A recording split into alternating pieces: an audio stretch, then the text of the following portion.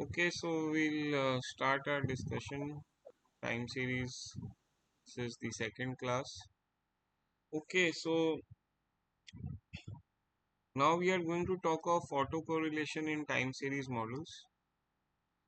Okay, so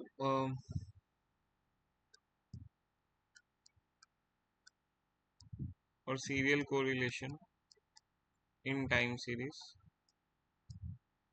So let's start this. Like I have a lot to finish, and we don't have a lot of time. Right. So our autoregressive model is going to be useful only if the error terms are not correlated, that is no serial correlation, no autocorrelation in error terms. So like error terms should be random. If they have some pattern, if they are correlated, then the AR model has failed to capture the pattern and the AR model is not useful, right? So now we'll discuss how to detect autocorrelation, serial correlation in AR models. So, see, we are not going to use the Durbin-Watson test. We never use the Durbin-Watson test here. Why? Why? Why we don't use the Durbin-Watson test?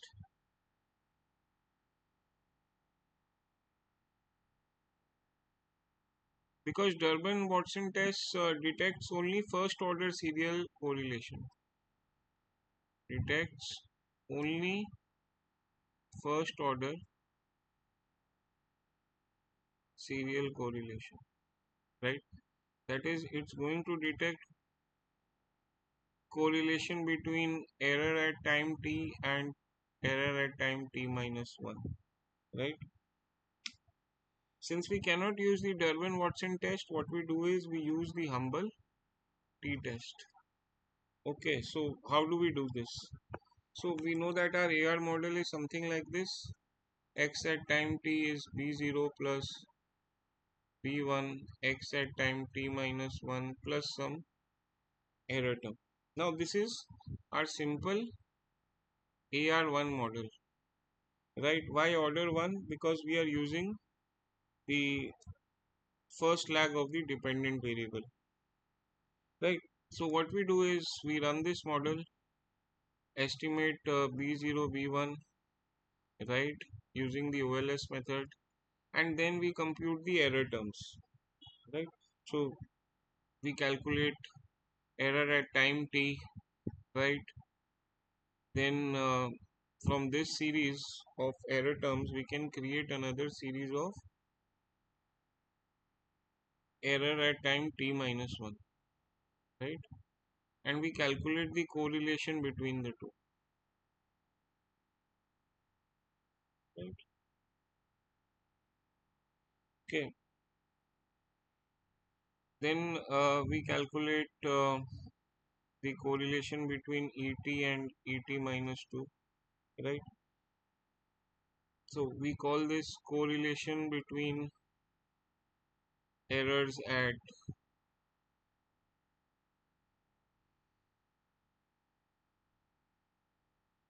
lag 1, and we'll call this correlation between errors at lag 2, right? Similarly, we can calculate the correlation between errors at lag 3, right? So on and so forth, right? We've seen this in the previous session. How do we do this? Okay, so you know we calculate the correlation between error 3 error and correlation between errors at lag 3 and lag 4, right? Lag 5, lag 6, lag 10, how much ever. Then what we do is, so we'll have these lags here, lag 1, lag 2, lag 3, lag 4, right? This lags would give me the so this lag means and then autocorrelation here, right? So here we would write the correlation between error at time t and error at time t minus 1. The second lag would be the correlation between error at time t and t minus 2. Correlation between error at time t and t minus 3. Correl between error at time t and t minus 1. Right? So we'll write down the correlation here. Right, we'll be using the simple t-test. We are not going to use the Durbin-Watson test. We are going to use the t-test. Then we calculate the standard errors of these correlations. Okay, so that's simple. 1 by root n for each of these lags. Right. Standard error is very simple. You have to memorize this. I can't give you the logic of this. This is the standard error where n is your sample size.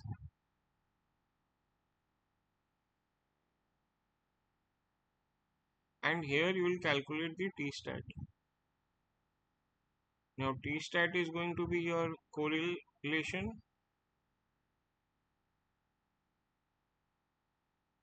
by standard error. And you calculate the t-stat in such a way for all the 4 lags that you have. Right? Now what we are going to do is we run a t-test at n minus 2 df, where n is the sample size, right? And we are talking of a t-test here, t distribution, right? So t distribution we also know is a two-tailed distribution and it's centered at 0, right? So we are going to test both the tails. It's not going to be a one-tailed test like the F test and the chi-square test were. This is going to be a two-tailed test. Right? And my null and alternate are going to be structured like this. Null would be autocorrelation is 0.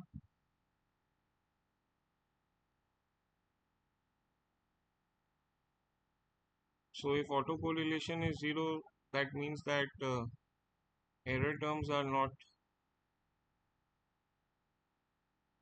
correlated. Model is okay. We can use it. And my alternate is going to be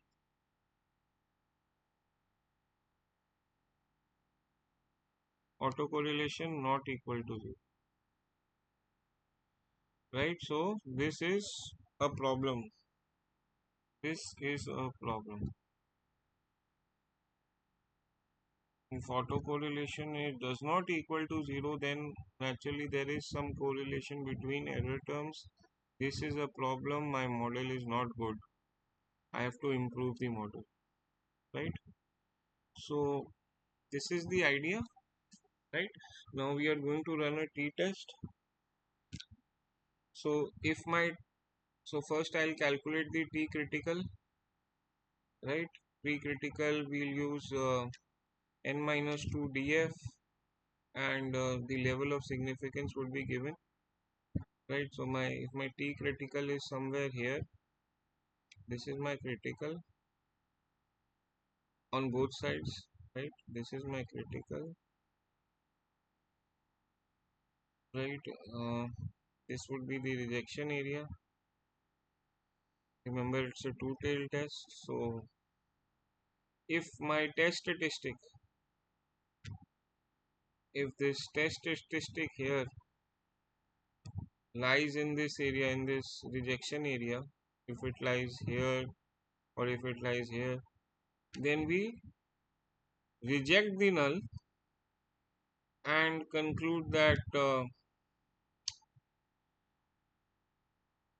autocorrelation is present in my model, right? We reject the null and favor the alternate that autocorrelation is present in my model. If my t stats, if this figure here lies in the rejection points, rejection area. However, if my t stats lie somewhere here, so this is not, this is the do not reject area. So, right, if we fail to reject the null, and if we fail to reject the null, then the error terms are not correlated. Um, Model is okay. We can go ahead and use the model. So, ideally, we will want to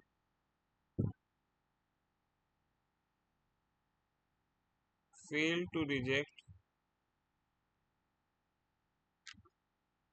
the null, right? We would want to fail to reject the null, right? Guys, are we okay?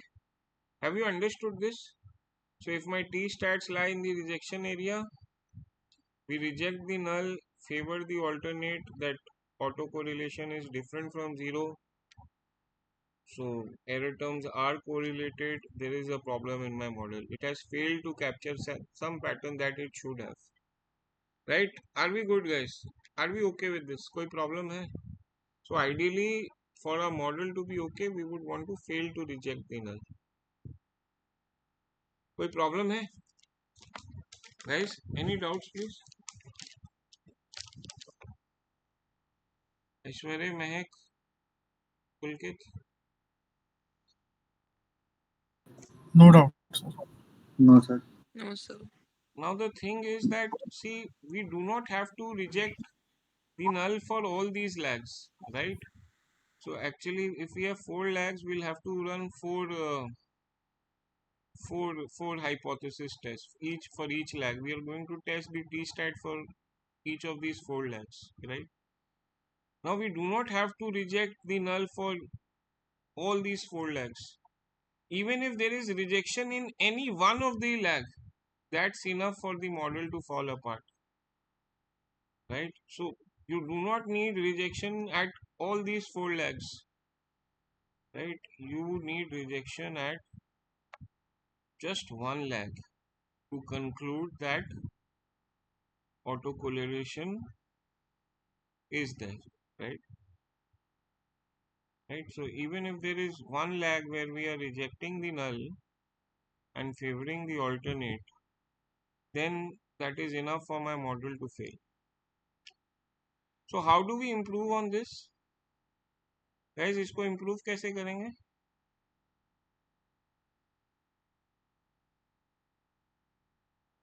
So, we can increase the order of the model. So here we were trying this AR1 model, right?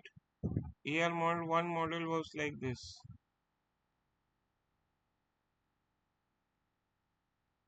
Now here we find that, okay, my t stats, the absolute value of t stats are more than the critical. So my t stats lie in the rejection area, and I reject the null and favor the alternate that autocorrelation is present, right? So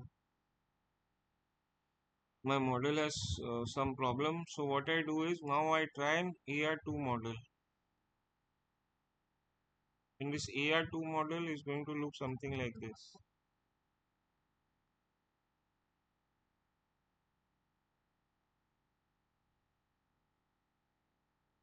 Now I calculate the error of this particular AR2 model and calculate the correlation at various lags. Now if correlation among error terms is significant, that is if the absolute values of t stats exceed the critical value, we reject the null and conclude that autocorrelation is present. Then this AR model AR2 is also not useful. Then what we do is then we try an AR3 model, right? And we continue this process, right? We do the same thing until the correlation among error terms are no longer significant, right? So we keep on increasing the order of the model then calculate the correlation between error terms, right? And we keep on doing this until correlation among error terms are no longer significant. Guys, any issues here? Any problems? Any problems, guys? किसी को कोई issue बोलो? No, sir. So we'll do a question on this after the class, right? Now, one important point is that AR models on covariant stationary processes, on covariant stationary data is mean reverting, right? So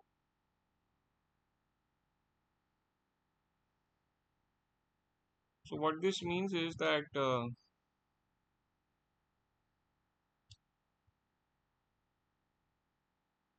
so this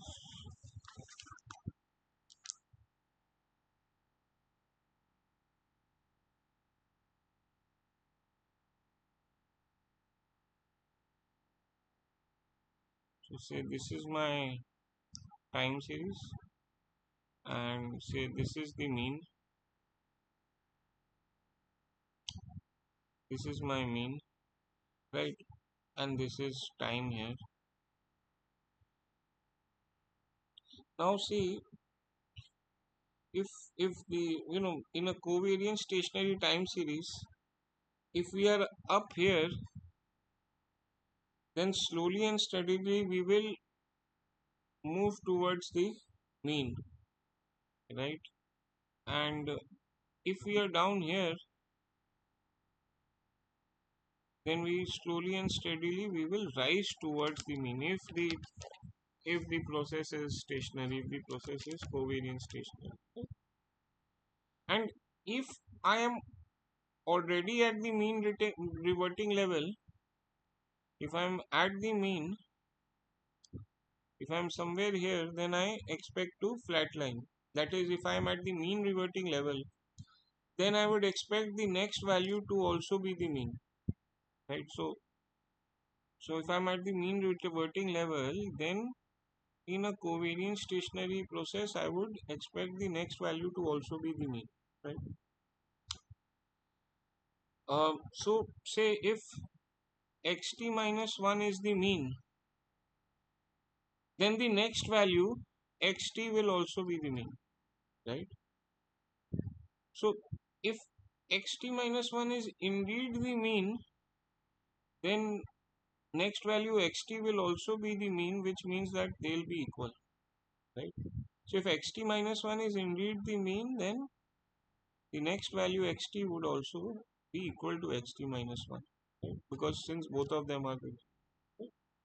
So say my AR model is like this: xt equals b0 plus b1 xt minus 1 plus some error term, right?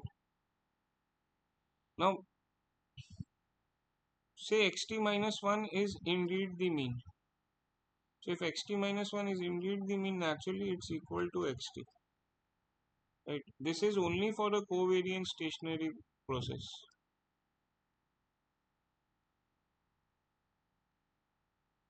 And covariant stationary process is the process which satisfies those three conditions, right?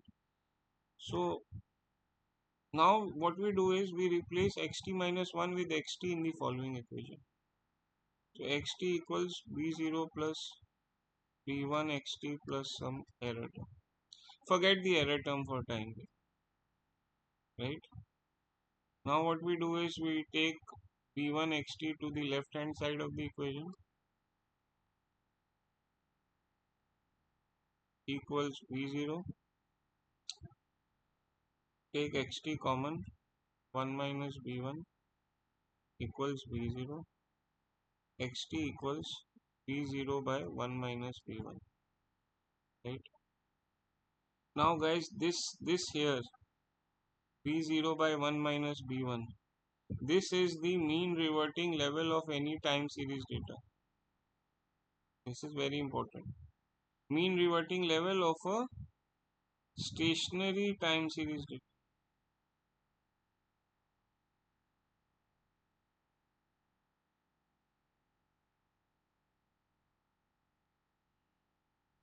Okay, this is very important. So understand this. This for for any stationary time series, this would be the mean reverting level. Also, one very important thing: if you run an AR model on an on any mean reverting time series, on any stationary time series, this B1, this B1 here, B1 will always be less than 1. Please write this down. If the time series is stationary, then B1 will always be less than 1. Right? So if you run a AR model on any stationary mean reverting time series, B1 will always be less than 1. Right? Because it's only when B1 is less than 1 that the mean of that mean reverting level would be defined. If B1 equals 1, that is a big problem. Guys, calculate the mean reverting level if B1 equals 1. So xt equals B0 1 minus B1, where B1 is 1. So xt equals beta naught by 0. Any number divided by 0 is what?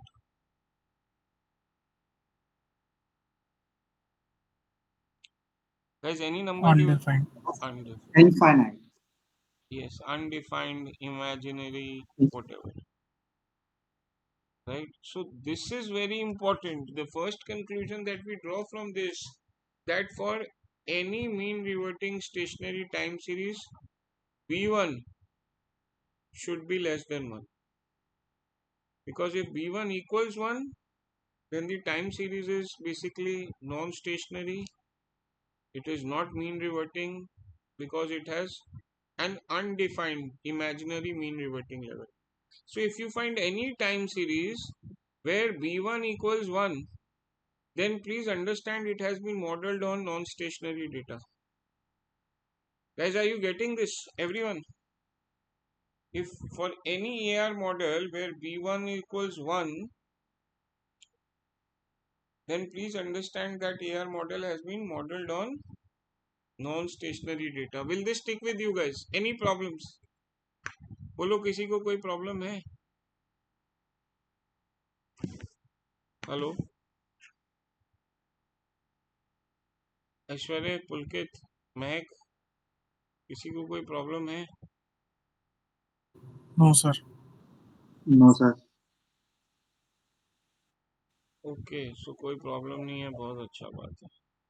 So please understand, we'll write this down, that for any mean reverting, for any stationary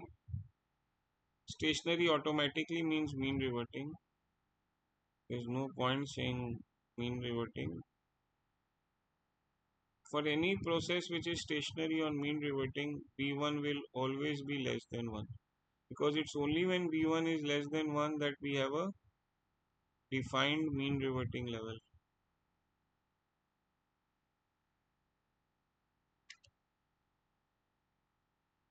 Right? And if we find a AR model where B1 equals 1, please remember that that series is non-stationary, not mean reverting,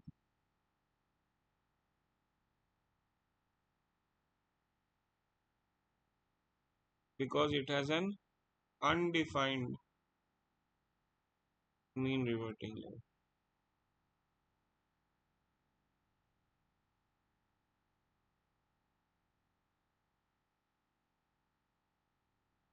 Are we good, guys? Have you understood this? Any doubts? No doubts. Okay, so since we have this idea, we'll continue. We'll continue with the idea of random walk.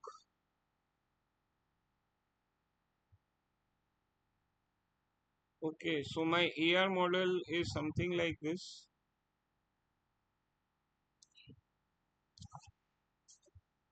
my AR model is like something like this. Um, Again same idea, xt equals b0 plus b1 xt minus 1 plus some error term, right? And if b1 is less than 1, then this process is stationary and mean reverting, and my mean reverting level is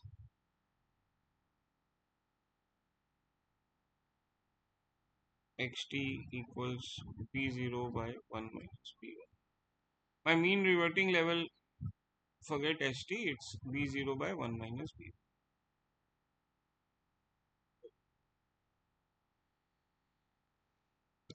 Guys, if b1 equals 1 and b0 equals 0, then this particular model becomes xt equals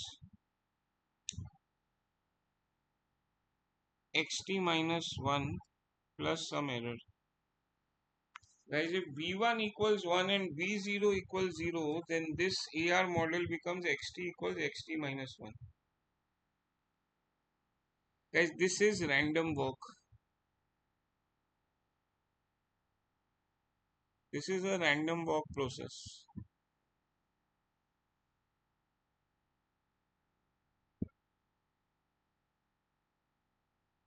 Right? Stock prices tend to exhibit this. Okay. So this is random walk. It's a special case of an AR model with b1 equal 1 and b0 equal 0. Right? And guys, since b1 equals 1 here,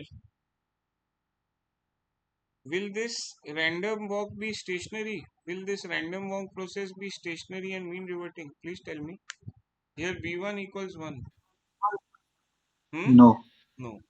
So this is not stationary. This is not mean reverting, right? So first understand this random walk process is basically a special case of your AR model which has a b1 of 1 and b0 of 0. And since b1 is 1, the mean reverting level would be undefined and the process will never be stationary. It will never revert to any mean, right? So this is very important. Random walk is non-stationary because it has an mean reverting level which is undefined. Okay. Okay. Also, if you would notice this random walk, you would realize that what is it saying? It is basically saying that today's value, today's value is yesterday's value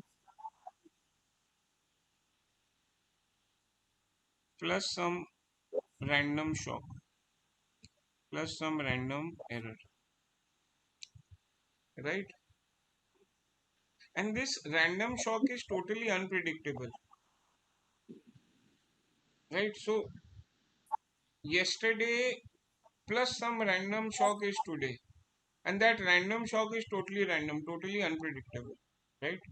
So if a time series exhibits this random walk process, then you cannot use the past to predict the future, right? Here you cannot use the past to predict future, right? So this is your random walk process, right? This series would it would wander randomly with no predictable direction. Like let me give you an example. Like just like a drunk man would walk on the road. Um, Even he doesn't know what next step he'll take. That is your random walk. A totally drunk man on a road, right? Even he can't guess where he's going, where his next step would be, right? So this is a non-stationary, non-mean reverting process. You cannot use the past to predict the future here, and it has no mean reverting level. Mean reverting level is undefined. And then there is this then there is this variation of this, which is random walk with drift.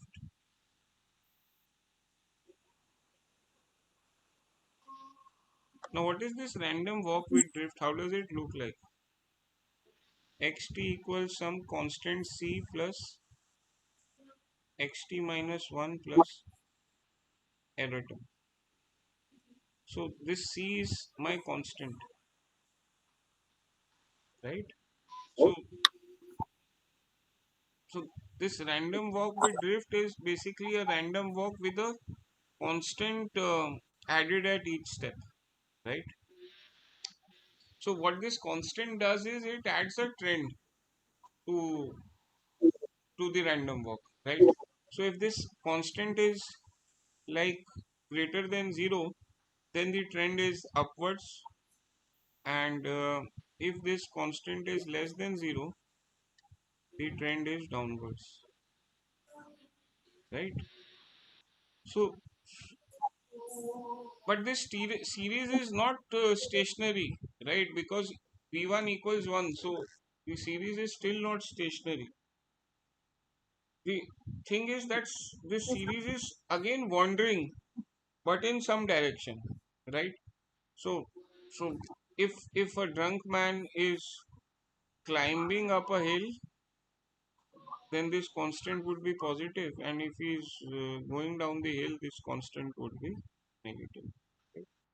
So if a drunk man is going uphill, then this c is positive, and so what next step that drunk man would take is something that we still don't know.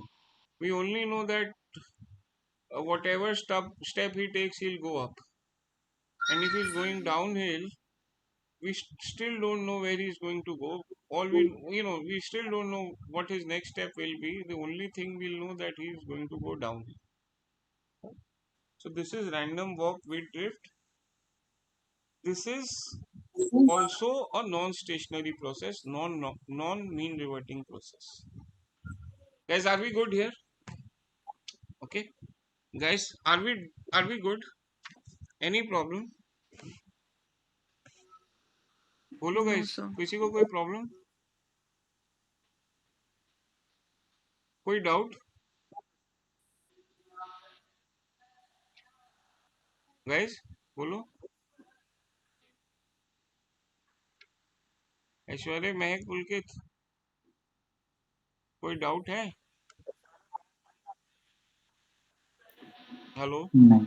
No, No doubt, sir. महक, तुमको no, sir. सब समझ में आ रहा है? अभी question करता हूँ तो समझ, अभी सबको समझ में आ रहा है, तो मतलब मैं बहुत अच्छा बता रहा हूँ. Yes, sir. अब अगर v1 इक्वल्स 1 ना, इसको बोला जाता है unit root problem.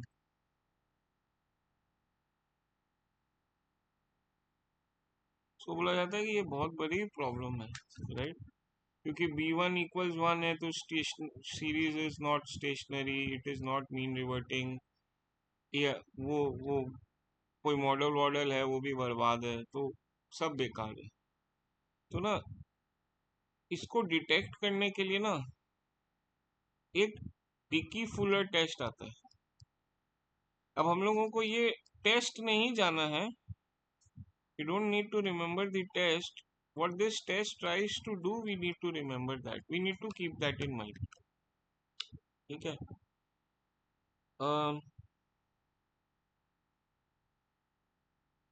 So we do this Dickey-Fuller test to check whether an ER model has this unit root problem. We do this Dickey-Fuller test to check if B1 equals 1. Right? So how do we do this test? तो अपना ये normal AR1 model है, ठीक है? एक बार के लिए error term को भूल ही जाते हैं ना, बार बार प्रॉब्लम क्रिएट करते हैं. तो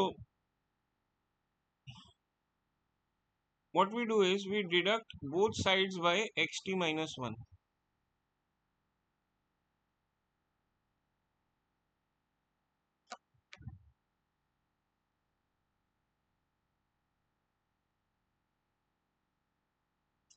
And let's say this xt minus 1 is another series y.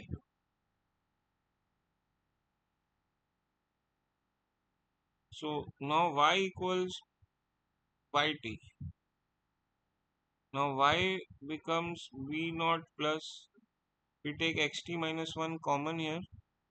So this becomes v1 minus 1 xt minus 1, right? Now let's say we say that v1 minus 1 is g.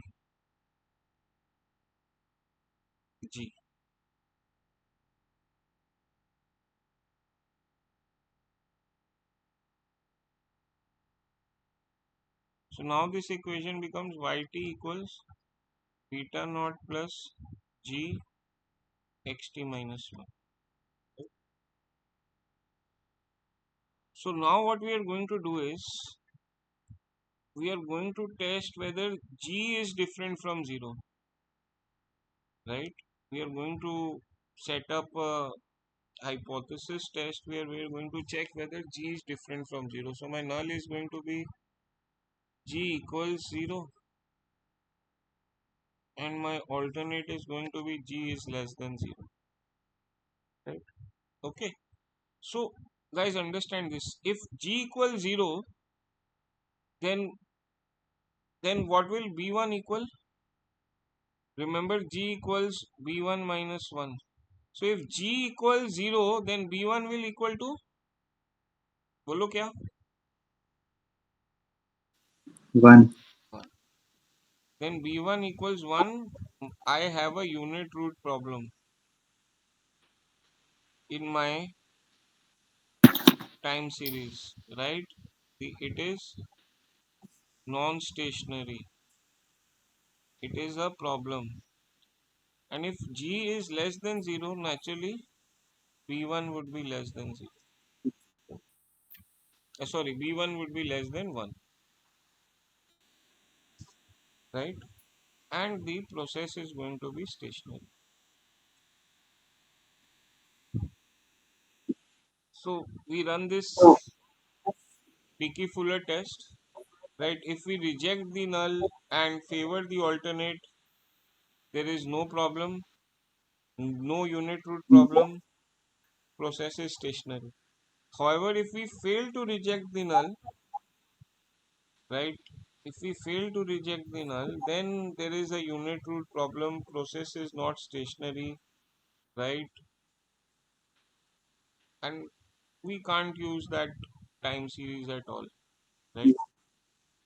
We can't use that time series, right? So if we can't use the time series because it has non-stationary, non-mean reverting, then what do we do with that time series?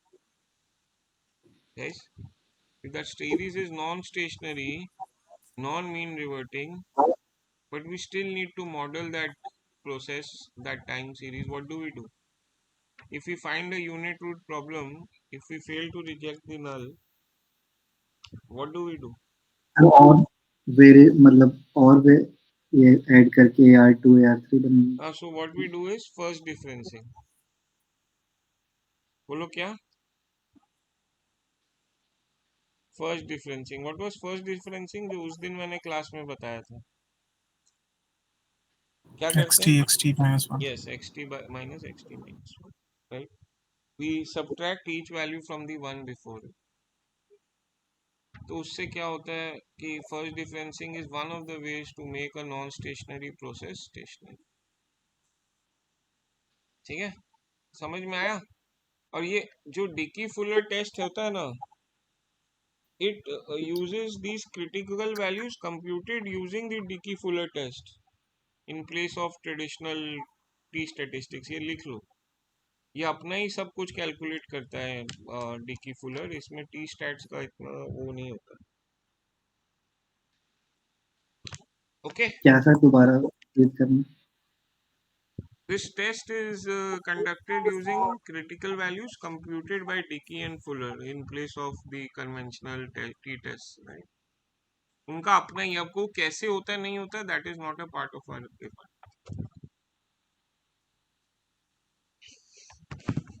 अच्छा बोलो, कोई doubt है? अब तो कुछ question कर लें.